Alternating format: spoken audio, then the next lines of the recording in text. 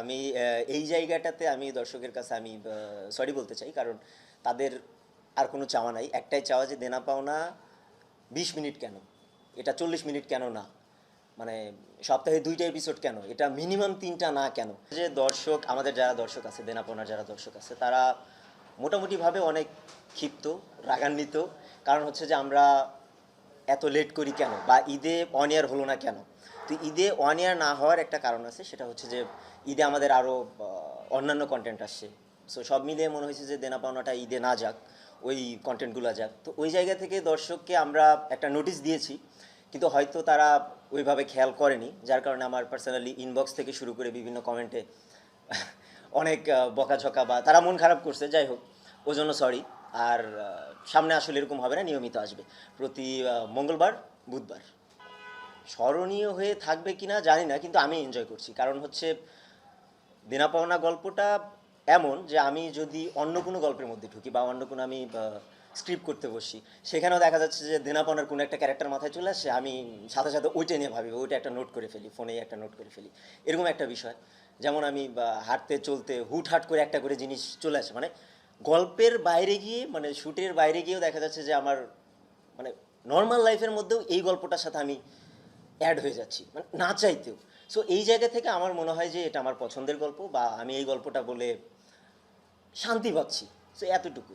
আমার যেটা হয় যে যেহেতু আমরা ক্যামেরার পেছনে থাকি, সো ওইভাবে হয়তো সাধারণ দর্শক বা সাধারণ মানুষ আমাদেরকে চেনে না, কিন্তু সোশ্যাল মিডিয়াতে যতটুকু রিচ করতে পারে, সেই জায়গা থেকে দেখা যাচ্ছে যে ইনবক্সে বা কমেন্টে এসে মানে ডিরেক্টলি এক এক ধরনের একটা ফোর্স করতেছে, বা এক ধরনের তাদের আর্জিগুলো, তাদের চাওয়াটা জানাচ্ছে যে ভাইয়া আমরা এরকম চাই, এই ক্যারেক্টারটা এরকম চাই। মানে তারা নিজেদের মতো করে একটা করে গল্প বানাই দিচ্ছে, অনেক অনেক বড় বড় স্ক্রিপ্ট লিখে পাঠাচ্ছে, মানে প্রত্যেকটা ক্যারেক্টারই যে আমরা এইভাবে দেখতে চাই ইনবক্সে পাঠাচ্ছে। আর পার্সোনালি যারা চেনে তারা তো অবশ্যই তাদের ভালো লাগাটা জানাচ্ছে, তাদের কেমন লাগে সেটা জানাচ্ছে। এবং সবচেয়ে মজার বিষয় হচ্ছে যে তারা প্রত্যেকটা ক্যারেক্টারকে এত আপন করে নিছে, যাকে আপন করছে তাকে, মানে যাকে ভালোবাসে তার প্রতি শুধু ভালোবাসাই। এখন তার ভালোবাসার মানুষটাকে দেখা যাচ্ছে যে, যেমন মিঠু আপা এমন কেন।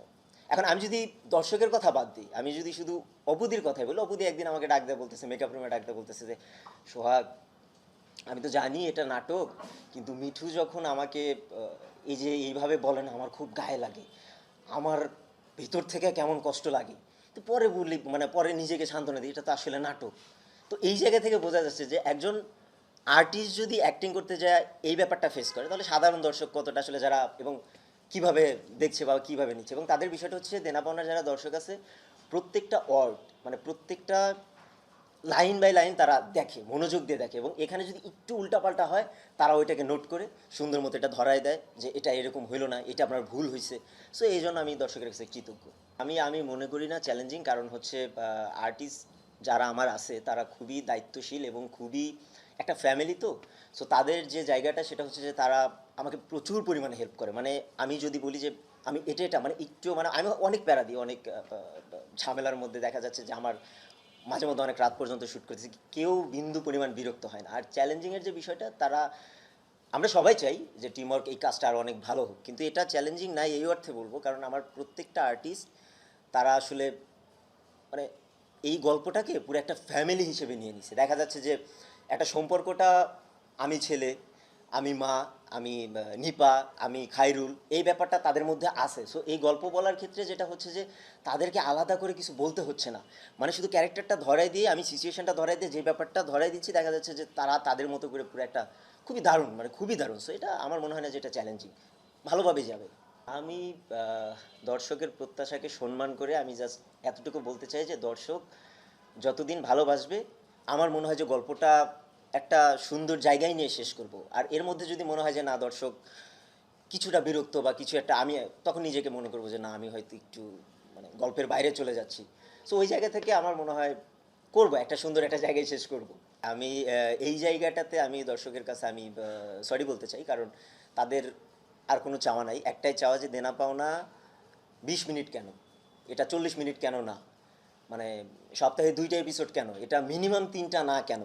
আসলে একটা ভালো কাজ করতে হলে একটু সময় নিতে হয়, একটু টাইম নিয়ে, একটু গুছিয়ে সুন্দরভাবে করতে হয়। আমি যদি আসলে এখন হুট করে এপিসোড বাড়াতে যাই বা টাইম ডিউরেশনটা বাড়াইতে চাই, তখন দেখা যাচ্ছে যে কাজটা হয়তো এত সুন্দর থাকবে না, তখন হয়তো আপনারাই বিরক্ত হয়ে যাবেন। এখন যেমন 20 মিনিট দেখতে গিয়ে মনে হয় যে এত ছোটো কেন, হয়তো আপনার চোখে লাগছে না, কারণ হয়তো আপনি পছন্দ করছেন, ভালোবাসছেন, দেখতে দেখতে শেষ হয়ে যাচ্ছে। কিন্তু যখন এই বোরিং ব্যাপারটা চলে আসবে তখন হয়তো আপনার কাছে ভালো লাগবে না। তবে এতটুকু বলতে চাই যে আমি বা আমরা হয়তো প্ল্যান আছে যে এপিসোড 3টা করার, হয়তো ঈদের পর আমরা এটা ট্রাই করব উইকলি 3টে এপিসোড করার। সর্বশেষ বলতে চাই, দেনা পাওনাকে যেভাবে দর্শক ভালোবাসে, ভালোবাসায় রাখবেন। বাকিটা চেষ্টা করব আপনাদের ভালোবাসার মর্যাদা সম্মান রাখতে।